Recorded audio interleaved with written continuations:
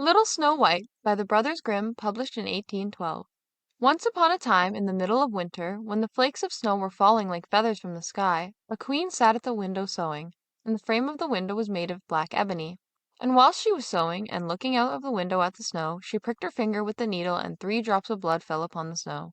And the red looked pretty upon the white snow, and she thought to herself, "Would that I had a child as white as snow, as red as blood, and as black as the wood of the window frame." Soon after that she had a little daughter, who was as white as snow and as red as blood, and her hair was as black as ebony, and she was therefore called Little Snow White. And when the child was born, the queen died. After a year had passed, the king took to himself another wife. She was a beautiful woman, but proud and haughty, and she could not bear that anyone else should surpass her in beauty. She had a wonderful looking-glass, and when she stood in front of it and looked at herself in it and said, looking glass, on the wall, who in this land is the fairest of all?" The looking-glass answered, "Thou, O queen, art the fairest of all." Then she was satisfied, for she knew that the looking-glass spoke the truth. But Snow White was growing up, and grew more and more beautiful, and when she was 7 years old she was as beautiful as the day, and more beautiful than the queen herself. And once when the queen asked her looking-glass, looking glass on the wall, who in this land is fairest of all?" it answered, "Thou art fairer than all who are here, lady queen, but more beautiful still is Snow White, as I ween." Then the queen was shocked, and turned yellow and green with envy. From that hour, whenever she looked at Snow White, her heart heaved in her breast. She hated the girl so much, and envy and pride grew higher and higher in her heart like a weed, so that she might have no peace day or night. She called a huntsman and said, "Take the child away into the forest. I will no longer have her in my sight. Kill her and bring me back her lung and liver as a token." The huntsman obeyed and took her away. But when he had drawn his knife and was about to pierce Snow White's innocent heart, she began to weep and said, "Oh, dear huntsman, leave me my life. I will run away into the wild forest and never come home again." And as she was so beautiful, the huntsman had pity on her and said, "Run away then, you poor child. The wild beasts will soon have devoured you," thought he, and yet it seemed as if a stone had been rolled from his heart, since it was no longer needful for him to kill her. And as a young boar just then came running by, he stabbed it, and cut out its lung and liver, and took them to the queen as proof that the child was dead. The cook had to salt them, and the wicked queen ate them, and thought she had eaten the lung and liver of Snow White. But now the poor child was all alone in the great forest, and so terrified that she looked at all the leaves on the trees and did not know what to do. Then she began to run, and ran over sharp stones and through thorns, and the wild beasts ran past her, but did her no harm. She ran as long as her feet would go, until it was almost evening. Then she saw a little cottage, and went into it to rest herself. Everything in the cottage was small, but neater and cleaner than can be told.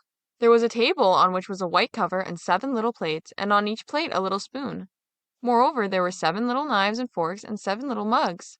Against the wall stood 7 little beds side by side, and covered with snow-white counterpanes. Little Snow White was so hungry and thirsty that she ate some vegetables and bread from each plate, and drank a drop of wine out of each mug, for she did not wish to take all from only one. Then, as she was so tired, she laid herself down on one of the little beds. But none of them suited her. One was too long, another too short, but at last she found that the 7th one was right, and so she remained in it, said a prayer, and went to sleep. When it was quite dark, the owners of the cottage came back. They were 7 dwarfs, who dug and delved in the mountains for ore. They lit their 7 candles, and as it was now light within the cottage, they saw that someone had been there, for everything was not in the same order in which they had left it. The first said, "Who has been sitting on my chair?" The second said, "Who has been eating off my plate?" The third said, "Who has been taking some of my bread?" The fourth, "Who has been eating my vegetables?" The fifth, "Who has been using my fork?" The sixth, "Who has been cutting with my knife?"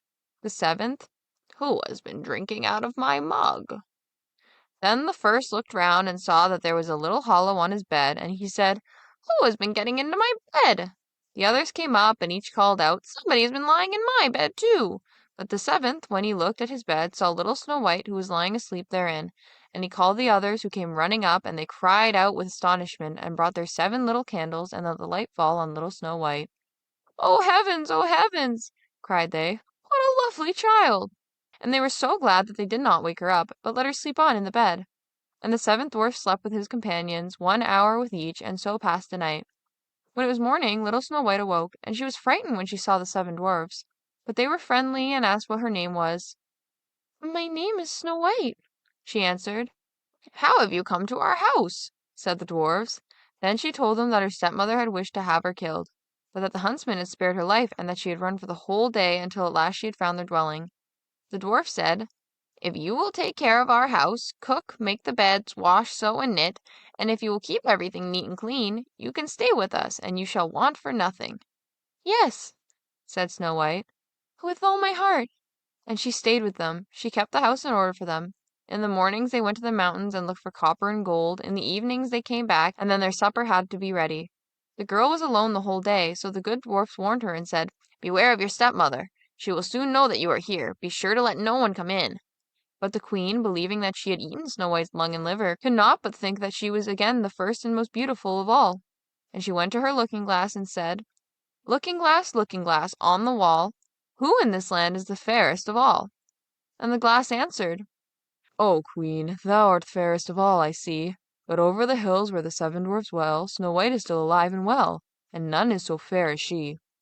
Then she was astonished, for she knew that the looking-glass never spoke falsely, and she knew that the huntsman had betrayed her, and that little Snow White was still alive.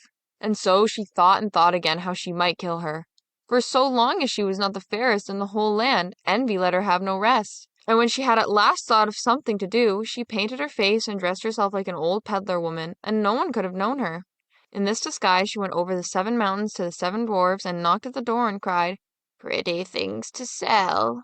Very cheap, very cheap." Little Snow White looked out of the window and called out, "Good day, my good woman. What have you to sell?" "Good things, pretty things," she answered. "Stay laces of all colors." And she pulled out one which was woven of bright-colored silk.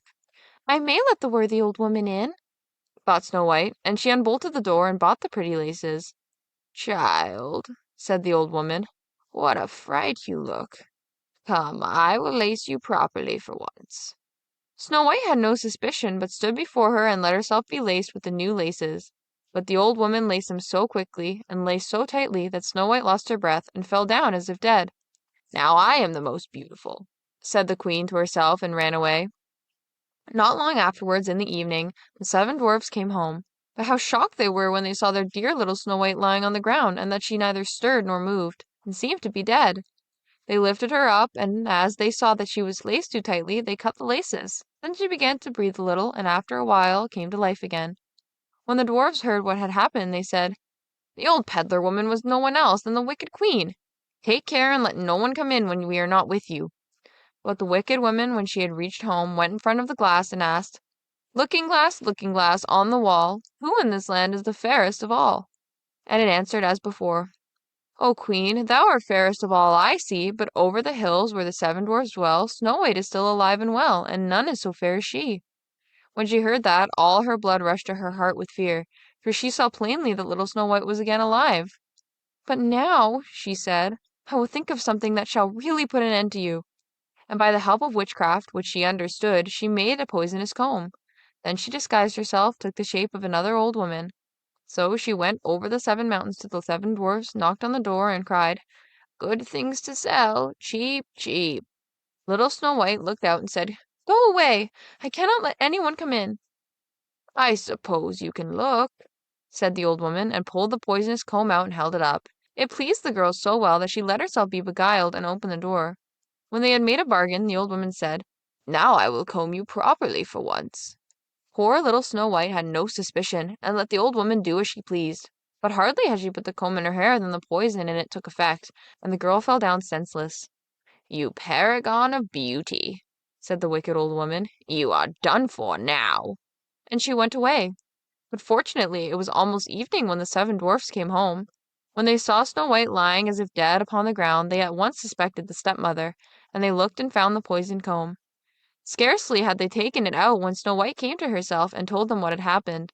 Then they warned her once more to be upon her guard and to open the door to no one. The queen at home went in front of the glass and said, looking glass, on the wall, who in this land is the fairest of all?" Then it answered as before, "O Queen, thou art fairest of all, I see, but over the hills where the 7 dwarfs dwell, Snow White is still alive and well, and none is so fair as she." When she heard the glass speak thus, she trembled and shook with rage. "Snow White shall die," she cried, "even if it cost me my life." Thereupon she went into a quite secret, lonely room where no one ever came, and there she made a very poisonous apple. Outside it looked pretty, white with a red cheek, so that everyone who saw it longed for it, but whoever ate a piece of it must surely die. When the apple was ready, she painted her face and dressed herself up as a farmer's wife, and so she went over the 7 mountains to the 7 dwarfs. She looked at the door. Snow White put her head out of the window and said, "I cannot let anyone in. The 7 dwarfs have forbidden me." "It is all the same to me," answered the woman. "I shall soon get rid of my apples. There, I will give you one." "No," said Snow White, "I dare not take anything." "Are you afraid of poison?" said the old woman. "Look, I will cut the apple in 2 pieces. You eat the red cheek, and I will eat the white." The apple was so cunningly made that only the red cheek was poisoned.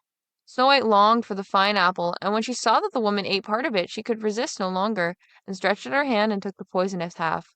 But hardly had she a bit of it in her mouth than she fell down dead. Then the queen looked at her with a dreadful look, and laughed aloud, and said, "White as snow, red as blood, black as ebony wood. This time the dwarfs cannot wake you up again." And when she asked of the looking-glass at home, "Looking glass on the wall, who in this land is the fairest of all?" it answered at last, "O Queen, in this land thou art fairest of all." Then her envious heart had rest, so far as an envious heart can have rest.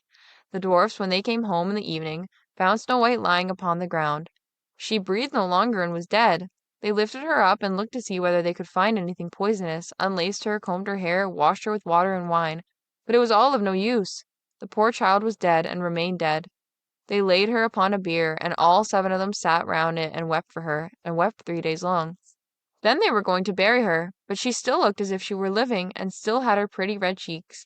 They said, "We could not bury her in the dark ground," and they had a transparent coffin of glass made, so that she could be seen from all sides, and they laid her in it, and wrote her name upon it in golden letters, and that she was the king's daughter. Then they put the coffin out upon the mountain, and one of them always stayed by it and watched it. And birds came too, and wept for Snow White, first an owl, then a raven, and last a dove. And now Snow White lay a long, long time in the coffin, and she did not change, but she looked as if she were asleep, for she was as white as snow, as red as blood, and her hair was as black as ebony. It happened, however, that a king's son came into the forest and went to the dwarf's house to spend the night. He saw the coffin on the mountain, and the beautiful Snow White within it, and read what was written upon it in golden letters. Then he said to the dwarfs, "Let me have the coffin. I will give you whatever you want for it." But the dwarfs answered, "We will not part with it for all the gold in the world." Then he said, "Let me have it as a gift, for I cannot live without seeing Snow White. I will honor and prize her as my dearest possession." As he spoke in this way, the good dwarfs took pity upon him and gave him the coffin. And now the king's son had it carried away by his servants on their shoulders. And it happened that they stumbled over a tree stump, and with the shock the poisonous piece of apple, which Snow White had bitten off, came out of her throat. And before long she opened her eyes, lifted up the lid of the coffin, sat up, and was once more alive. "Oh, heavens, where am I?" she cried. The king's son, full of joy, said, "You are with me," and told her what had happened, and said, "I love you more than anything in the world. Come with me to my father's palace. You shall be my wife." And Snow White was willing, and went with him, and their wedding was held with great show and splendor. But Snow White's wicked stepmother was also bidden to the feast. When she had arrayed herself in beautiful clothes, she went before the looking-glass and said, looking glass on the wall, who in this land is the fairest of all?" The glass answered, "O queen of all here, the fairest art thou, but the young queen is fairer by far, as I trow." Then the wicked woman uttered a curse, and was so wretched, so utterly wretched, that she knew not what to do. At first she would not go to the wedding at all, but she had no peace and had to go see the young queen. And when she went in, she recognized Snow White, and she stood still with rage and fear, and could not stir. But iron slippers had already been put upon the fire, and they were brought in with tongs, and set before her. Then she was forced to put on the red-hot shoes, and dance until she dropped down dead.